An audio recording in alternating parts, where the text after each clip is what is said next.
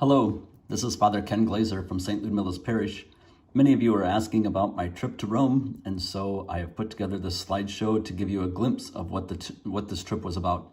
I want to acknowledge Paul Reiling from Paul Reiling Photography. He provided many of these photos in which you're about to see. Here we go. The first picture that you see is one of the many architectures that you'll see when you're traveling to Rome. We also had the opportunity to visit St. Peter's Square and St. Peter's Basilica. Both of those are the home of where the Pope lives. This also is the outside wall and more of the structures that you'll see around the Rome city.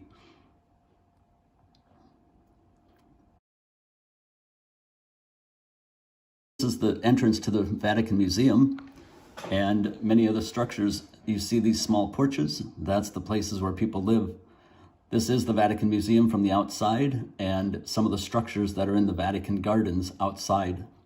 This year, for the first time, I also got to see some of the carriages that some of the popes rode around. These are some of the first Pope mobiles from the early centuries of the papacy.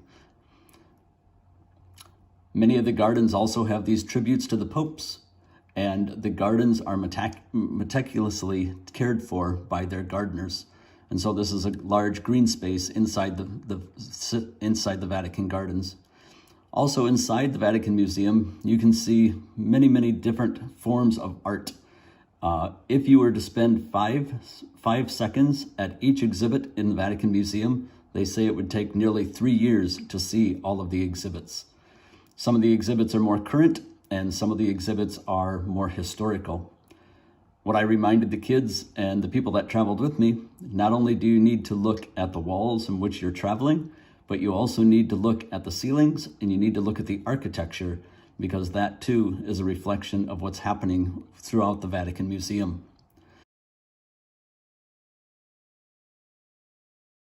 Here's one of the domes that you'll see, as well as many of the other structures and pictures that you'll see throughout the Vatican Museum.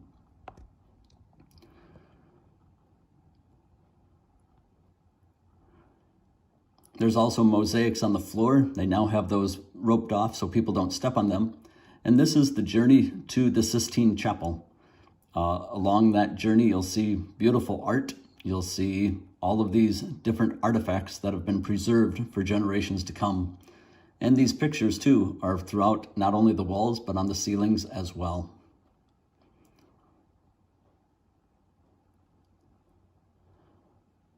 These are some of the tapestries that are along the wall. These tapestries are from floor to ceiling and have been preserved for us.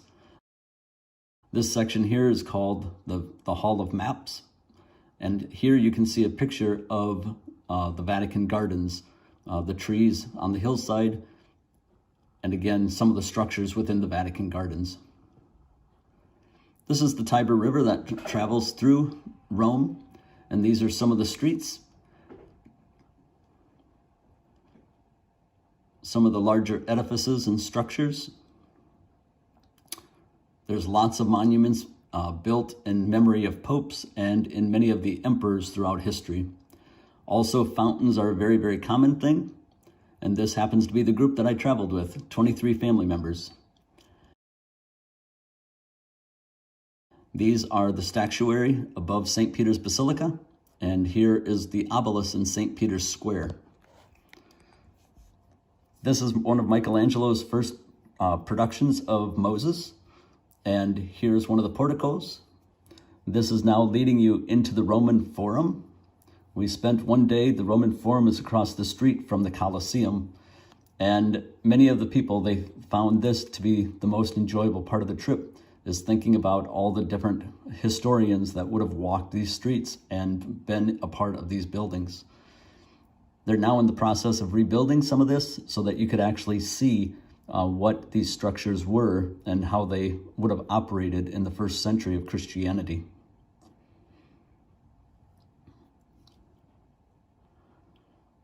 Here itself is the Colosseum, and there too, they're redoing part of the Colosseum so that people can get a sense of how large it was. This is a tribute to Constantine.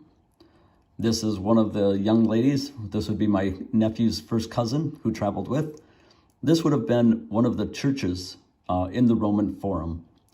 And this here is part of the Colosseum. The Colosseum, as you can see, there's people all around. Many people are coming to see what this looks like.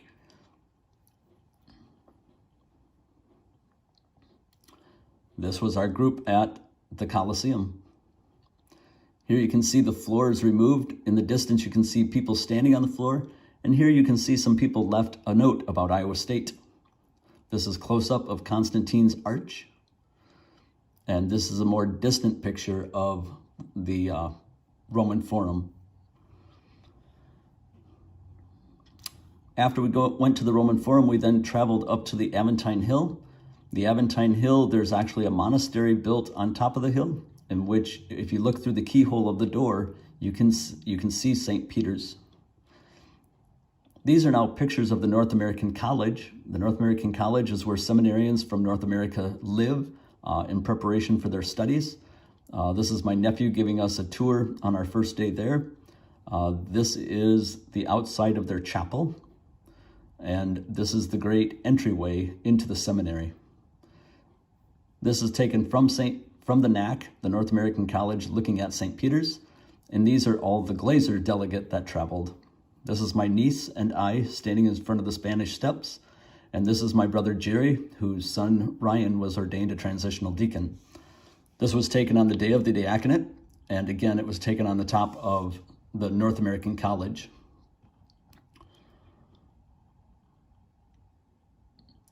This is the Trevi Fountain, the ever famous. My nieces, they both wanted to go there, and so here we are in front of the Trevi. This is Castle Gandolphus. This is a castle where the Pope could retreat to if the Vatican City were under attack. These are all just night views of Rome from the distance. This is actually down in the crypt of St. Peter's Basilica, and this is the dome of St. Peter's Basilica. Here you can see the keys of Peter, and again, some of the mosaics that are part of the art. This was taken on top of the dome, and this also, you can crawl to the top of the dome and you can get these beautiful pictures. This is actually the house of St. Benedict, of where he's living. Here are the Swiss guards that protect the Pope. As you can see, they're in rain gear, as it did rain part of the time we were there. Here are the Swiss guards protecting the Vatican City State, and again, one of the fountains in St. Peter's Square. This is the statuary in front of St. Peter's Basilica of St. Peter, and these are the statuary above the main entrance of St. Peter. This is the portico that leads into St. Peter's, and this is St. Peter's Basilica. Notice all the gold on the top, the statuary around the sides, the baldacchino above the main altar, and this is the Pietà, the first altar to the right-hand side by Michelangelo. This is a baldacchino over the high altar, and this is a picture of the Holy Spirit at the chair of St. Peter, and this is my nephew who was ordained a transitional deacon. This again is the castle taken across the Tiber, and so you can kind of see how the Tiber is a very important part of the city. Again, so just some city streets. They're very, very narrow. People walk and cars travel, and so you need to be aware of what's happening. Again, another fountain throughout the city.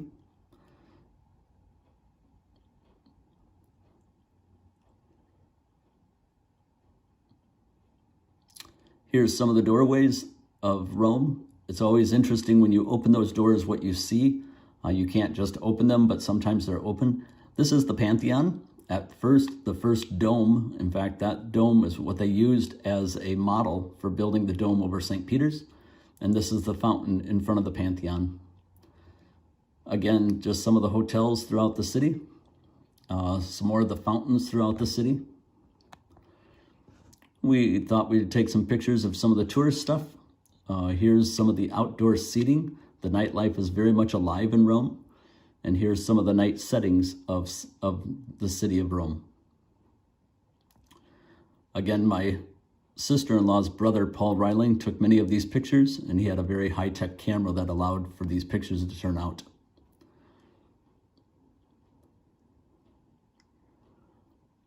Here you can see outdoor seating to the left.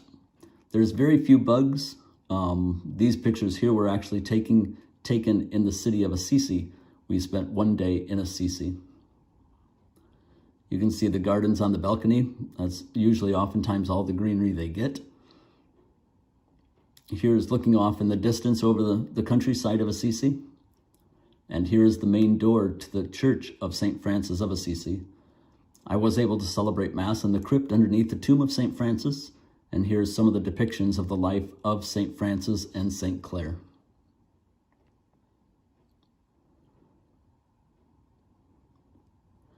One of the advantages of traveling with a priest is sometimes you get to celebrate Mass and get into parts of the under part of the city that most tourists do not get to see. This is part of the monastery inside the cloister where most tourists do not get to go. This is inside the Church of St. Francis of Assisi. It was damaged in 1989, I believe, is when the earthquake came through. I believe it was 1997, an earthquake came through. Many of the mosaics were damaged, but they're trying to restore them today. Domes are oftentimes a common thing throughout antiquity, and a dome always signifies something sacred. And here you can see them off in the distance. Here's our group. We took a picture in front of the Church of St. Francis of Assisi. And again, just how narrow the streets are. A lot of the churches are open. They've got beautiful altars. You leave the sacred world and enter into something very, very holy and religious. A lot of people have wares on the sides of the streets where they're trying to make a living. And again, just some of the many doors and gates leading into the homes of people throughout the city of Assisi. If you ever choose to go to Assisi, do it while you're young. There's a lot of steps, there's a lot of hills. You don't want to do this sometime when you need a walker and a cane. So if you ever want to visit Rome and Assisi, do it while you're young and capable of getting up and down the streets.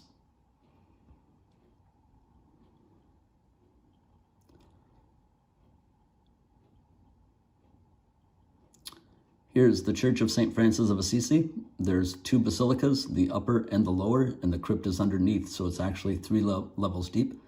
This is Carlos Acutis. He's a 16-year-old that died of leukemia, but had a great devotion to the Eucharist. Again, throughout the city, there's many, many monuments dedicated to a variety of people.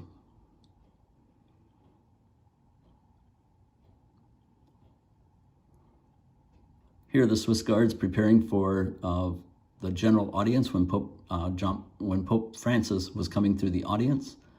Here he is. We got up early and we were able to be within about 10 feet of Pope Francis.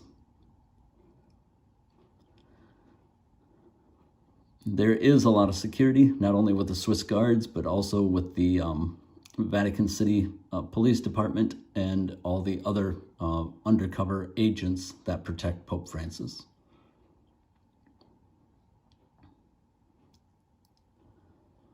Our group was very, very happy to be that close to the Pope. He did actually pass by us twice. And so we were in a corner location where we were able to get some very, very good pictures. This is Pope Francis celebrating what they call the general audience. If you ever have a desire, you can listen to the general audience each week just by going to the Vatican website. Here's my brother and his wife, Diane, and their 2 daughters, and Ryan. And here's the larger Glazer delegation that traveled. Here's my nephew, Ryan, who was ordained a transitional deacon, and Ryan and my brother and his wife, Diane. Again, just a dome. These trees are quite amazing. They provide a lot of shade. We're now going to St. Peter's outside the wall. Notice all the columns. The columns were part of the garden, part of the colonnade leading into the Church of St. Paul's outside the wall. And again, here's a holy door. There's more dedication. That is a mosaic over the main entrance of the church. And again, the holy doors are only opened about every 20 to 25 years. There's a lot of statuary. Again, you have to look up because there's a lot of beautiful things on the roof, just as there are around all the walls. This is inside the church, and you can see all the colonnades all the way around. This church also has pictures of all the popes going all the way back to St. Peter. That is a mosaic above the main altar. These are what they call capitals on the top of the colonnades. And there you can see some of the popes, some of their pictures throughout the church.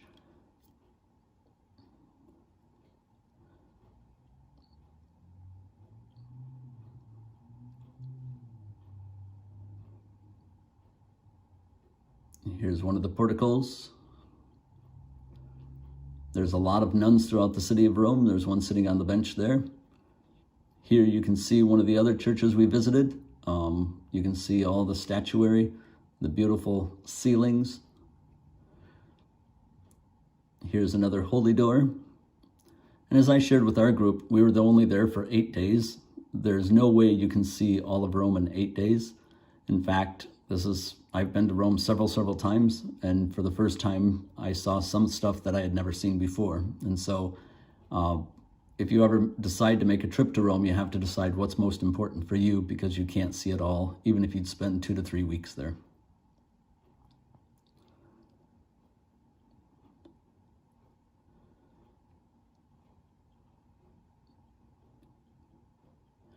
This young man was a seminarian last year for the Sioux City Diocese, and I taught with his mother, and so he was back for the ordination.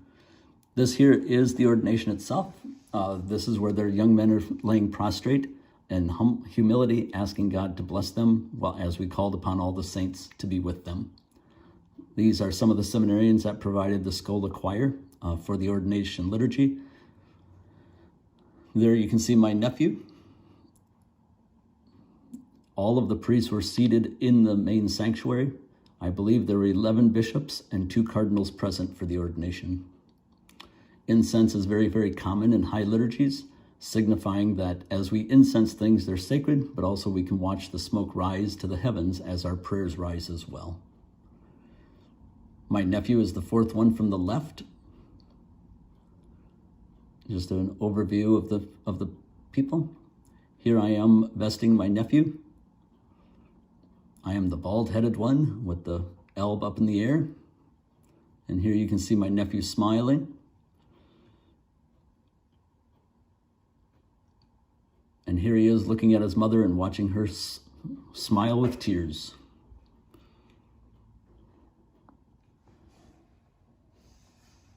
Here's the bishop giving the sign of peace.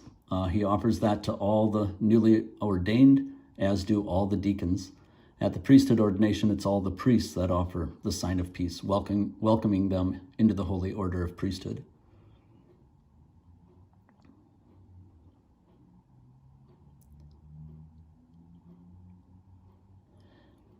Here he is. The bishop is calling upon the Holy Spirit. Here my nephew is promising obedience. Here he's receiving the book of the Gospels.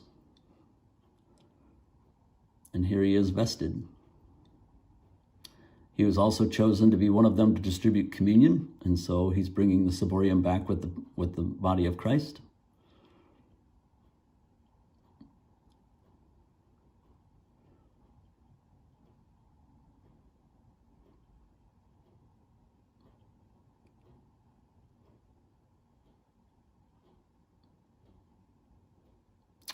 Here he is bringing the communion back to the altar.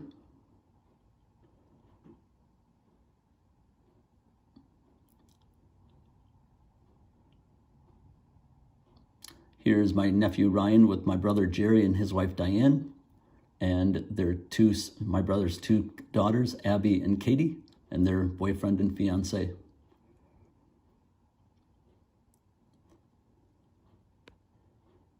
Here's Ryan with some of his seminarian friends.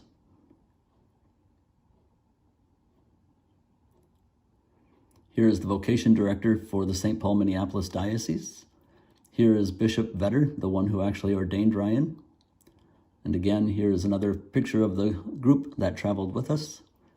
On Tuesday evening, Ryan invited just the priests and seminarians out for a dinner. Here's some of the outdoor seating throughout Rome. Again, one of the great edifices that you'll see throughout the cities. And again, some of the roofs. Here's one of the tile floors that they're protecting.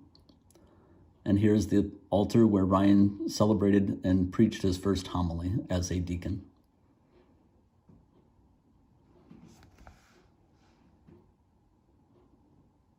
Here's Father Bloom celebrating the Mass where Ryan preached his first liturgy, his first homily. One of his seminarians proclaiming the word, another one cantering.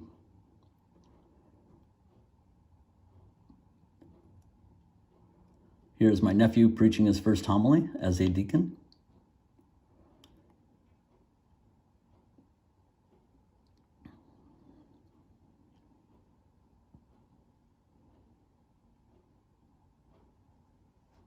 This altar was one of the side altars in the Church of St. Mary Major, and so his first homily was preached in one of the major 4 basilicas of Rome.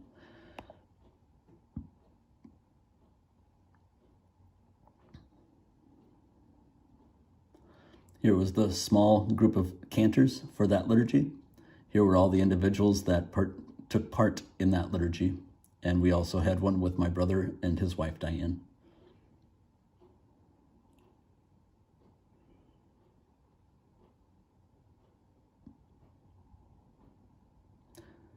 Here's one of the memorials to one of the popes.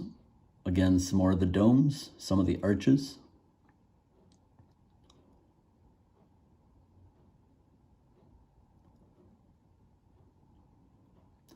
Rome truly is a beautiful place, especially if you like art and architecture.